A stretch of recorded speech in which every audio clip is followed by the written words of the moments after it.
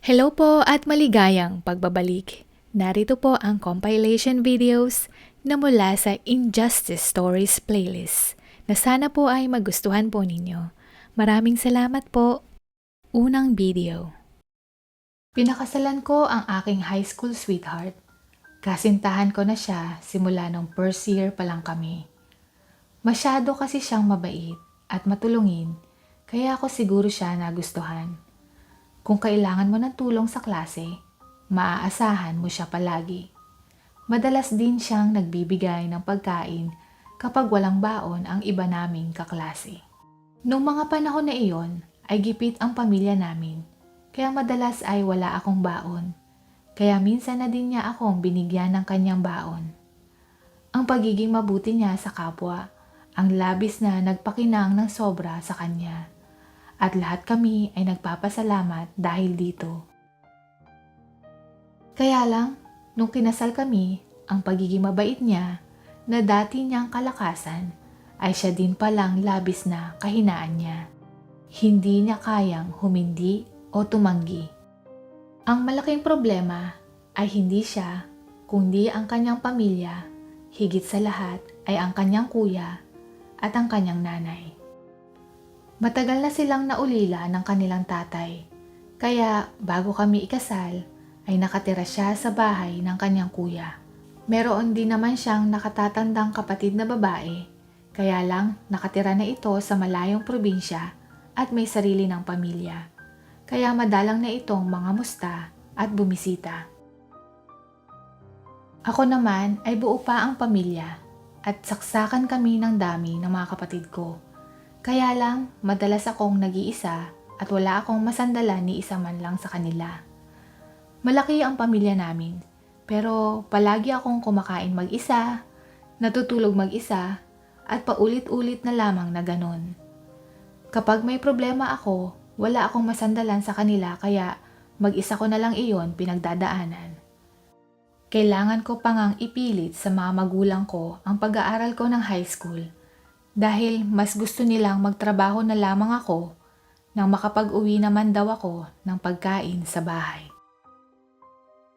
Nagsumikap ako mag-aral ng high school dahil alam kong ayun na lamang ang tangi kong paraan para makatakas sa buhay na mayroon kami. Dahil mas pinili kong mag-aral, palagi akong nakatatanggap ng hindi magandang pagtrato mula sa aking pamilya. Kaya sa tuwing pinipilit nila akong tumigil sa pag-aaral, hindi ko maiwasan na maging bayolente sa kanila at minsan ay nagagawa ko ng itapon ang mga gamit sa bahay. Magkaiba kami ng tinahak ng landas pagkatapos ng graduation namin ng high school. Nagpatuloy siya sa pag-aaral sa kolehiyo, samantalang ako naman ay nagpa siyang magtrabaho na lamang. Tutol sa akin ang kanyang nanay, kaya nung second year college na siya, ay napagdesisyonan niya na magsama na kami. Umuupa kami sa isang maliit na apartment nung mga panahon na iyon.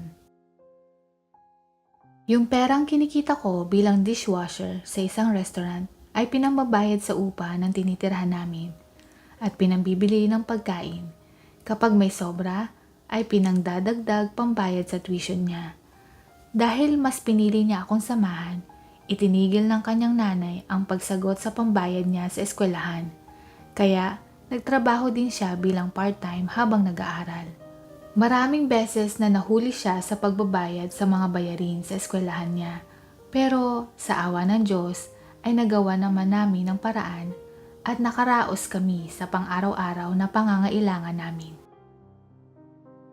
Nahihirapan man kami sa pinansyal, pero masasabi ko na ayon ang pinakamasayang panahon ng buhay namin. Palagi man kaming nagigipit sa pera, pero mayaman naman kami sa pagmamahal at iyon ang mahalaga sa akin.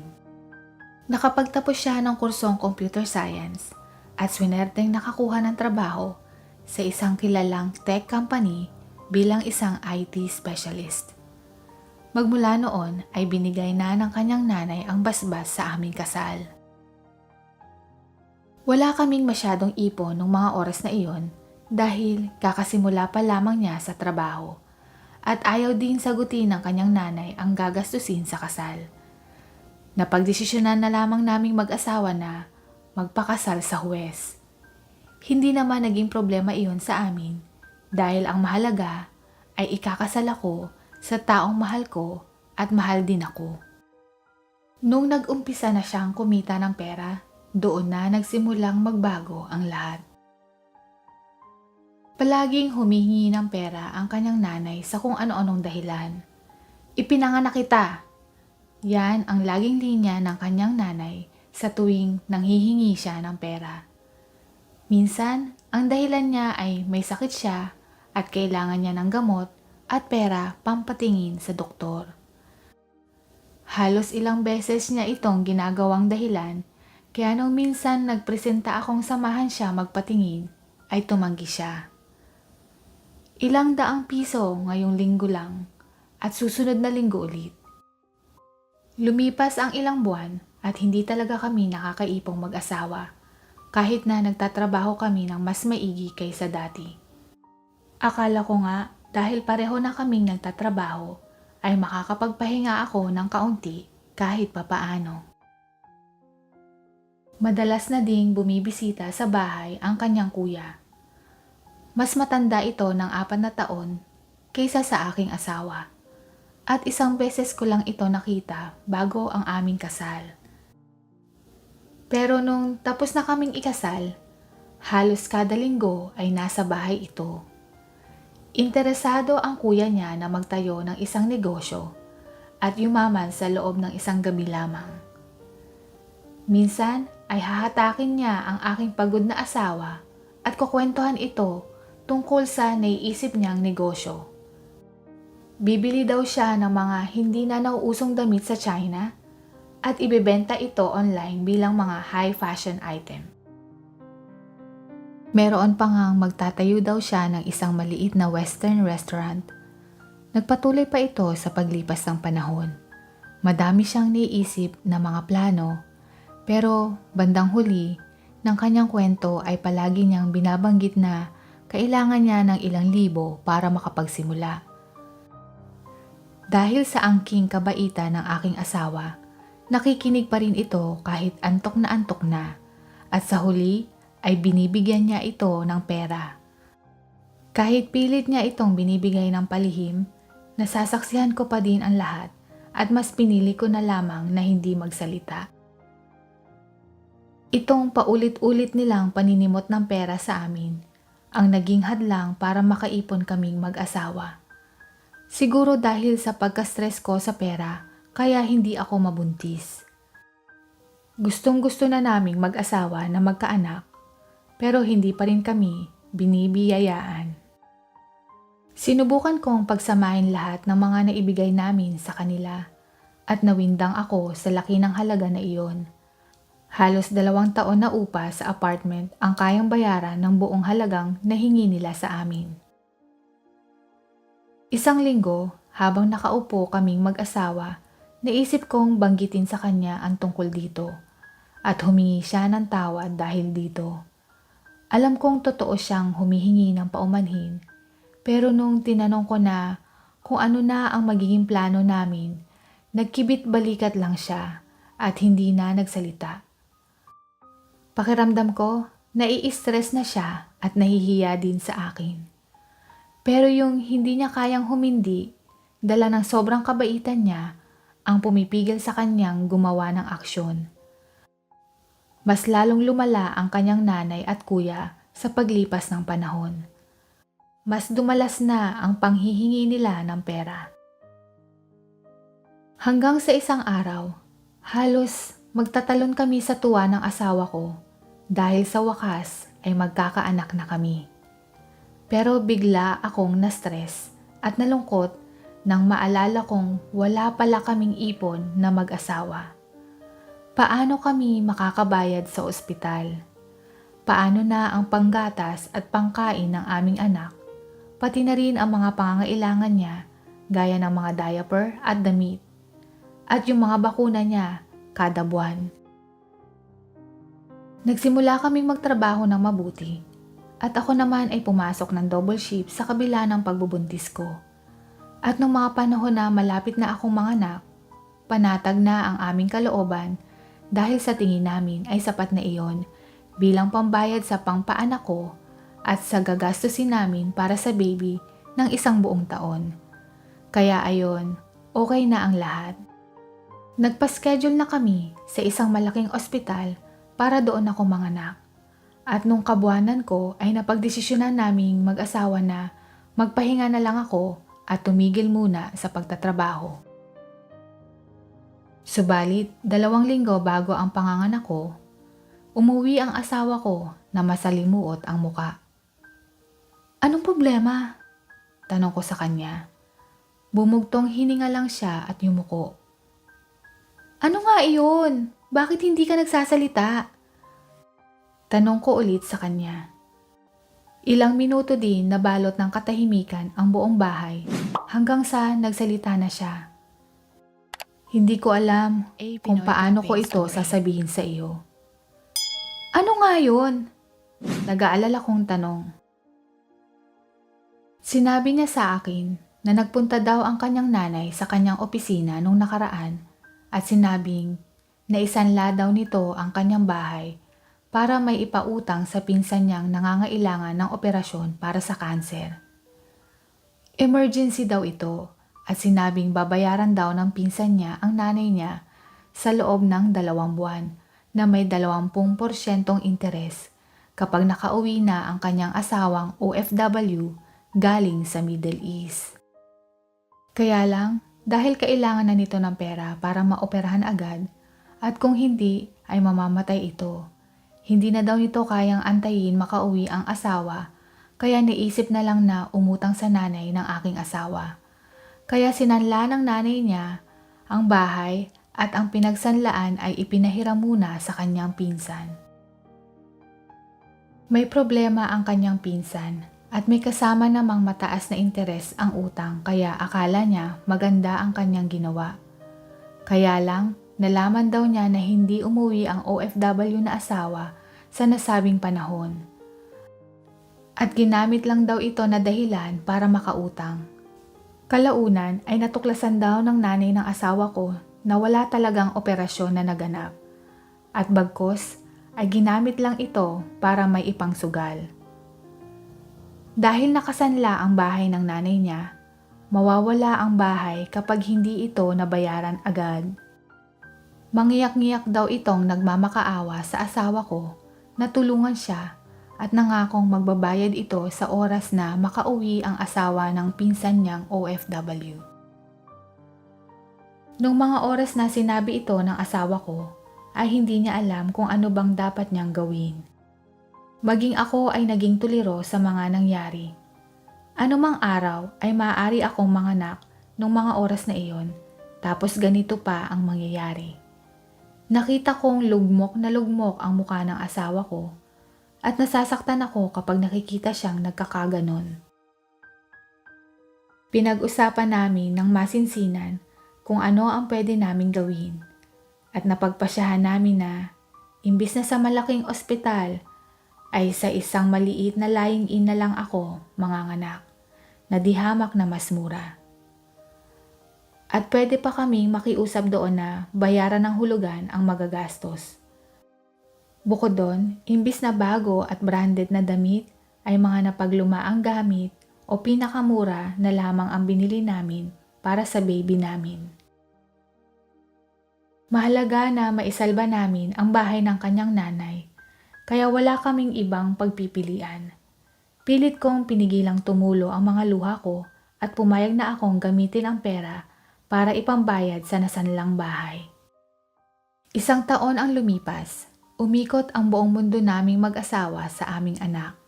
Siya ang nagbibigay sa amin ng lakas at kaligayahan. Isang araw, nabalitaan namin na nakauwi na ang OFW sa Pilipinas. Kaya sobrang tuwa ang aming naramdaman dahil sa wakas, mabibilan na namin ng magagandang damit ang aming anak. Balak din namin bumili ng mamahaling stroller nang sa ganon ay maipasyal namin ang baby namin sa mall. Sobrang excited kaming mag-asawa nung mga oras na iyon, kaya dali-dali kaming nagpunta sa bahay ng pinsan niya. Nung makarating na kami sa bahay ng pinsan niya, nakita namin na mayroong isang magarbong handaan na nagaganap at ang lahat ng bisita ay nagsasaya. Hinanap namin agad ang OFW at binati siya. Buong galak naman niya kaming pinasalamatan. Tinanong namin siya kung kailan niya kami mababayaran dahil kailangan namin ng pera at matagal na din na panahon ang lumipas nung umutang siya. Gulat na gulat siya at tila ba ay naguguluhan sa sinabi namin. Anong pera iyon? Ako? Anong utang ang sinasabi niyo? Ipinaliwanag namin ang buong detalye ng pangyayari at tinawag niya ang kanyang asawa para pag-usapan ang tungkol dito. Nung dumating na ang pinsan ng asawa ko ay sinabi ko na sa kanya ang tungkol dito. Parehong reaksyon ang nakita namin sa kanya. Gulat na gulat niyang tinanong na, Ako? Umutang sa nanay mo? Kahit kailan hindi ko iyon ginawa. Pinangsugal ko daw iyon? Hindi nga ako marunong magsugal. Halos magtalo na kami ng mga oras na iyon, pero napatunayan namin na nagsasabi sila ng totoo. Sa huli, humingi kami ng tawad at sinabing nagkamali kami, sabay paalam na aalis na kami. Agad kaming dumiretso sa bahay ng kanyang nanay at pinilit siya na magsabi ng totoo. Lumabas na isang malaking kasinungalingan ang lahat ng sinabi ng biyenan ko. Hindi nagsugal ang pinsan ng asawa ko. Hindi ito umutang sa nanay ng asawa ko at hindi totoong naisanla ang bahay. Ipinagtapat niya na ang perang inutang niya sa asawa ko ay ibinigay niya sa panganay niyang anak para gamitin sa pagpapatayo ng isang maliit na cafe sa lugar na tumagal lamang ng 6 na buwan. Nung malugi daw ang negosyo nito, ay tinakbuhan daw ng kuya ng asawa ko ang may-ari ng inuupahang pwesto nang hindi man lang nagbabayad ng upa. Magmula daw noon ay hindi na muling nagparamdam ang kuya niya sa nanay nila. Imbis na humingi ng tawad, sumigaw pa ang kanyang nanay at sinabing, Nakatatanda mo siyang kapatid. Tutulungan kanyang umasenso at yumaman kung naging matagumpay lang ang kanyang negosyo. Bakit nagdadamot ka ngayon?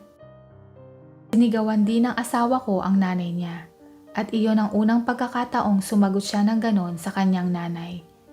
Hindi na ako umimik at tahimik na lang akong nakatayo sa may gilid. Hindi ko alam kung anong dapat kong sabihin.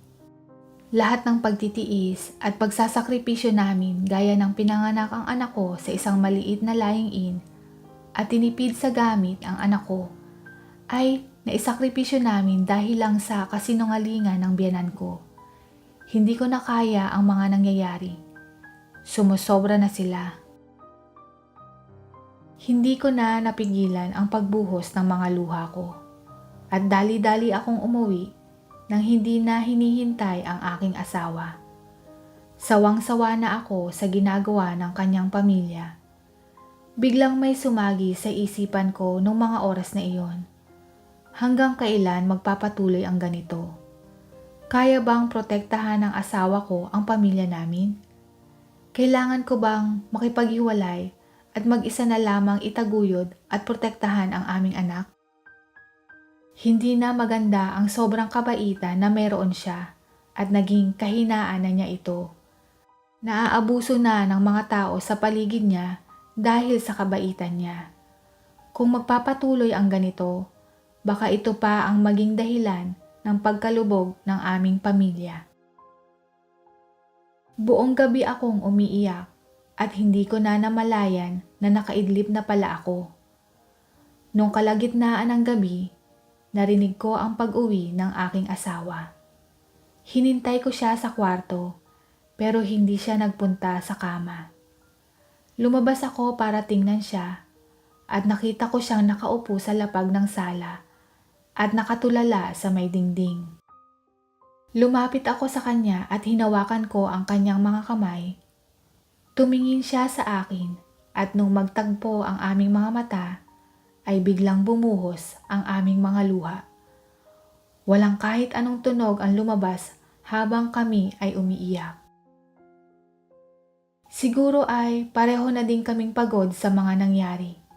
Nakita ko sa mga mata niya na para bang meron na siyang napagdesisyonan at buo na ang kanyang loob. Sa isip-isip ko, siguro ay dito na magwawakas ang pagsasama namin. Siguro alam na niya ang aking naisip. Pero kinuha niya ang kanyang cellphone at tinawagan ang kanyang nanay.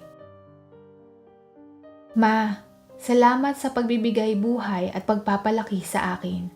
Pero sa tingin ko, nagawa ko na ng higit pa ang tungkulin at responsibilidad ko sa inyo bilang inyong anak.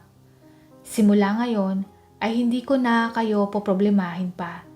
Itutuon ko na ang buong oras at atensyon ko sa aking asawa at sa aming anak.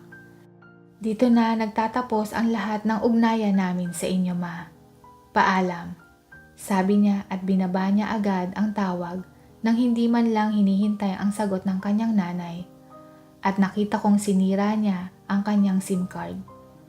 Kinuha din niya ang aking cellphone at hinati din sa dalawa ang SIM card ko. Malaya na din tayo sa wakas. Mahina niyang sabi sa akin at sabay kaming nagtungo sa kama para magpahinga. Hindi ko alam kung ano ang mangyayari sa susunod.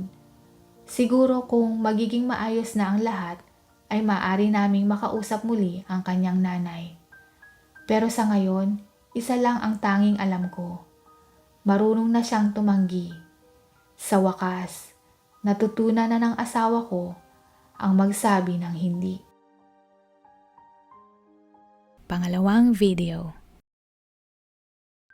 Magkababata at magkapitbahay kami ni James. Naging magkaklase din kami mula kindergarten hanggang high school. Nagsimula ang kwento ng aming pagkaibigan nung kami ay nung nasa grade 2. Ako ang class treasurer ng klase namin. Isang araw, inutusan ako ng aking guro na mangolekta ng 5 piso para sa aming kontribusyon sa nalalapit na linggo ng wika, para pambili ng mga dekorasyon na nakatoka sa aming seksyon. Nakakolekta ako nung araw na iyon sa halos na 60 estudyante sa section namin. Dahil recess namin, inilagay ko ito sa bag ko kasama ng mga lista ng mga pangalang nagbigay para sa kontribusyon. Subalit nung pagbalik ko ng classroom, napansin kong nakabukas ang aking bag. Dali-dali ko itong tiningnan at yung koleksyon ko para sa linggo ng wika ay wala na sa aking bag. Tinanong ko ang mga kaklase ko kung mayroon silang nakitang may lumapit at may kinuha sa aking bag. At wala man lang ni isa sa aking mga kaklase ang naging saksi sa nangyari. Nangangatog ako at napakabilis ang takbo ng aking dibdib. Hindi ko alam kung paano ito ipapaliwanag sa aking advisor. Nagsimula ng tumulo ang aking mga luha nang hindi ko namamalayan. Mga ilang oras pa ay pumasok na ang aming advisor sa classroom at tinanong ako para ibigay sa kanya ang nakolekta kong kontribusyon, subalit hindi ako makapagsalita. Ilang minuto ang nakalipas, parang medyo tumaas ang boses ng aking guro at inulit na tinanong sa akin na ibigay ko na sa kanya ang kontribusyon. Hindi ako makagalaw, para akong naging estatwa nang biglang tumayo si James at sinabing, "Ma'am, pasensya na po, nawala ko po yung koleksyon para sa linggo ng wika na pinatago ni Kara. Nakiusap po sa akin si Kara na tingnan-tingnan yung bag niya at bibili lang siya ng pagkain sa kantin. Ngunit nagpunta po ako saglit ng banyo at nakaligtaan ko pong ibilin sa iba ang bag ni Kara. At ayun po, nawawala ang nakolekta ni Kara." "Kara, totoo ba ang sinabi ni James?" tanong sa akin ng aking guro. Tumango ako at nagsimula ng tumulo ang aking mga luha. "Sa susunod mag-ingat ka. Kayo, kung sino man ang kumuha ng koleksyon, umami na," sabi ng aking guro.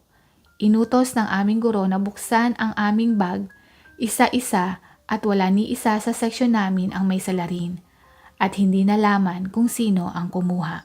Nung pauwi kami, sabi ni James, "Kara, hahatian kita kung ano man yung nawala sa koleksyon mo." Tumango ako at nagpasalamat sa kanya. Simula noon, palagi na kaming magkasama sa pagpasok, recess at pag-uwi. Naghiwalay lang kami ng eskwelahan nung kami ay nagkolehiyo. Kahit magkaiba kami ng kurso at universidad, madalas pa din kaming nagkikita. Palabiro, mabuti, malambing at responsable si James. Pareho namin na prioridad ang aming edukasyon, kaya naman nag-focus at nag-aral kami ng mabuti. At pareho din kaming Dean's Lister sa universidad na pinasukan namin. Nakatapos akong cum laude at si James naman ay magna cum laude. Dahil sa aming achievements, nagplano kami na mag-travel abroad. Nagpunta kami ng Hong Kong ng ilang araw at namasyal. Sobrang saya ng bakasyon namin at panay din ang kuha ng litrato ni James. Nung panahon na iyon ay napakasaya at napaka-memorable nito para sa amin. Pagkatapos namin galing sa bakasyon, hindi ko inaasahan na may masamang balita. Na-diagnose ng stage 3 prostate cancer si Papa. Nagtatrabaho ako bilang isang teller sa bangko. Nagpapagamot si Papa, pero ang chemotherapy ay nakakabutas ng bulsa. Hanggang sa umabot na nagbebenta na kami ng gamit sa bahay. Nag-alok ng tulong pinansyal si James, ngunit tinanggihan ko ito dahil siya din ang nagpapaaral sa dalawa niyang nakababatang kapatid. Halos 3 taon nakipaglaban sa cancer si Papa bago niya kami tuluyang iwanan. Napakasakit na mawala ng ama at nabaon din kami sa utang dahil sa mga nagastos para sa mga pampagamot kay Papa. Nag-iisa akong anak, kaya ako ang pumalit bilang breadwinner ng aming pamilya. At nagpa siya akong sumubok maging OFW. Alam kong malalayo ako sa mama ko, ngunit ang sweldo ko ay napupunta lahat sa mga bayarin. Ayaw ko mang iwanan si mama mag-isa, ngunit baka pati ang bahay namin ay kunin din ng bangko kung hindi ito mabayaran. Malungkot ako pero kailangan kong gawin. Tutol man si James sa plano ko pero wala din naman ibang paraan. Nakakuha ako ng trabaho sa Dubai at nagpaalam na ako kay James at kay Mama. Ang plano ko ay 2 taon lang ako mag-a-abroad at pagkatapos makabayad at may konting ipon, babalik na din ako ng Pilipinas. Dumating ako dito sa Dubai. Sobrang na-homesick ako, ngunit lahat ng iyon ay tinitiis ko. Pagkaraan ng 13 buwan, nakatanggap ako ng tawag mula kay James. At si Mama ay nakomatos. Nadula si Mama sa banyo at tumama ang kanyang leeg sa may toilet bowl na nakadamage ng kanyang spinal cord. Sabi ng doktor, may 30% ang tsansang magising si Mama. Ang pagkadulas ni Mama ay nagresulta ng tetraplegia, ibig sabihin paralisado mula dibdib hanggang paa. Hindi ako makakilos nung marinig ko ang balita. Nanlalambot ako at gusto kong sumigaw para mailabas ang dalamhating nararamdaman ko nung mga oras na iyon at tumulo ng sunod-sunod ang mga luha ko. Hindi ko alam ang gagawin ko dahil iniisip ko din kung saan ako kukuha ng panggastos ko kung uuwi ako ng Pilipinas. Nagdesisyon akong mag-file ng leave at pinayagan naman ako. Bumalik ako ng Pilipinas at nung makarating ako sa ospital, walang pagbabago sa lagay ni Mama. At makalipas ang ilang araw, tuluyan ng binawian ng buhay si Mama. Sobra ang kalungkutan na aking nararamdaman. Dahil taon lang ang pagitan nung mawala pareho ang aking mga magulang. Dinamaya naman ako ni James nung mga oras na yon. Pagkatapos mailibing si Mama, nagdesisyon akong bumalik sa Dubai. Tumutol ulit si James na bumalik ako ng abroad, pero dahil meron pa kaming bayarin at lubos ang aking pagluluksa, nagpasya pa din akong bumalik sa Dubai. Alam kong nasaktan si James sa desisyon ko at pinaliwanag ko sa kanya na gusto kong magpahilom ng sugat sa pagkawala ng aking mga magulang. Ang paraan ko ng pagluluksa. Naputol din ang ugnayan namin ni James noon. Makalipas ang 3 taon, nag-message si James sa aking social media. Nangamusta at dahil sa tagal ng panahon, hindi kami nagkausap. Bumalik lahat ang aming dating samahan. Sinopresa din niya ako na nasa Dubai din siya mga 6 na buwan na. Sabi niya, sinubaybayan niya ako at sinadya niyang mag-apply dito para makasama ako. Halos mahigit na 2 taon niyang inantay na makatanggap ng trabaho dito. Nagkita kaming muli at naging opisyal na magkasintahan. Bumalik ulit ang aking sigla nung malaman kong nasa tabi ko na si James.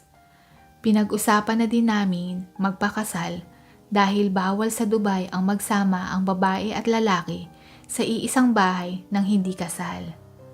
Pagkalipas ng ilang linggo, kinasal kami ni James sa Philippine Consulate sa Dubai. Umuwi kami ng Pilipinas para sa aming wedding ceremony na kasama ang pamilya ni James. Nung araw ng Miyerkules, 3 araw bago ang nakatakda naming wedding ceremony, nag-text siya sa akin ng I love you and see you after I pick up our wedding rings. Yung wedding rings na pina-engrave ni James. Ako naman ay nagpunta sa tailor shop para kunin ang aming susuotin sa kasal nang makatanggap ako ng text na sinugod sa ospital si James. Naaksidente ang motor na minamaneho ni James na nabunggo ng bus sa EDSA. Nung araw na ding yun, binawian ng buhay si James. Dali-dali akong pumara ng taxi at nagpunta sa ospital na kung saan isinugod si James. Habang ako ay nasa biyahe, nakabukas ang radyo ng taxi. Hindi ako mapakali at nagsimula akong magdasal. 3:00 ng hapon, sakto naman at nag-broadcast ng prayer ang radio station na naka-on sa taxi. Bigla kong nasabi na, Lord, bakit mo pinararanas ang lahat ng ito sa akin? Ano bang pagkakamali ko na ginawa sa inyo at pinarurusahan mo ako? Sabay hagulgol ng iyak. Nagtataka ang driver at tiningnan niya ako sa rear mirror at sabi, Ma'am, lahat ng pagsubok hindi binibigay ng Panginoon kung hindi mo ito kaya.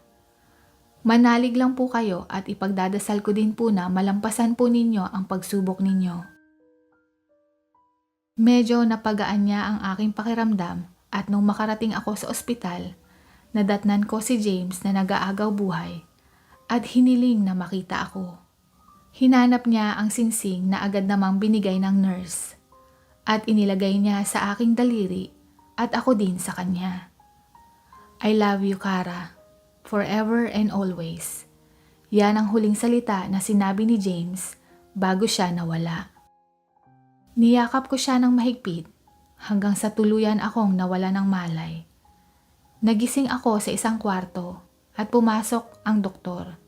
Pinaliwanag niya na hinimatay ako at ineksamin niya ako at natuklasan kong magta3 buwan na akong buntis. Okay naman at healthy naman ang baby. First death anniversary ni James ngayon. Naninirahan kami ng anak kong si James Jr. sa Dubai. Nagpunta kami ng anak ko sa Jumeirah Beach para isaboy ang konting abo ni James sa dagat. Mapait man ang aking karanasan, pero binigyan pa rin ako ng Panginoon ng pag-asa na magpatuloy sa buhay na kasama ang aming anak. Dito na po nagtatapos at sana po ay nagustuhan po ninyo ang mga kwentong ito. Hanggang sa muli, paalam at God bless po!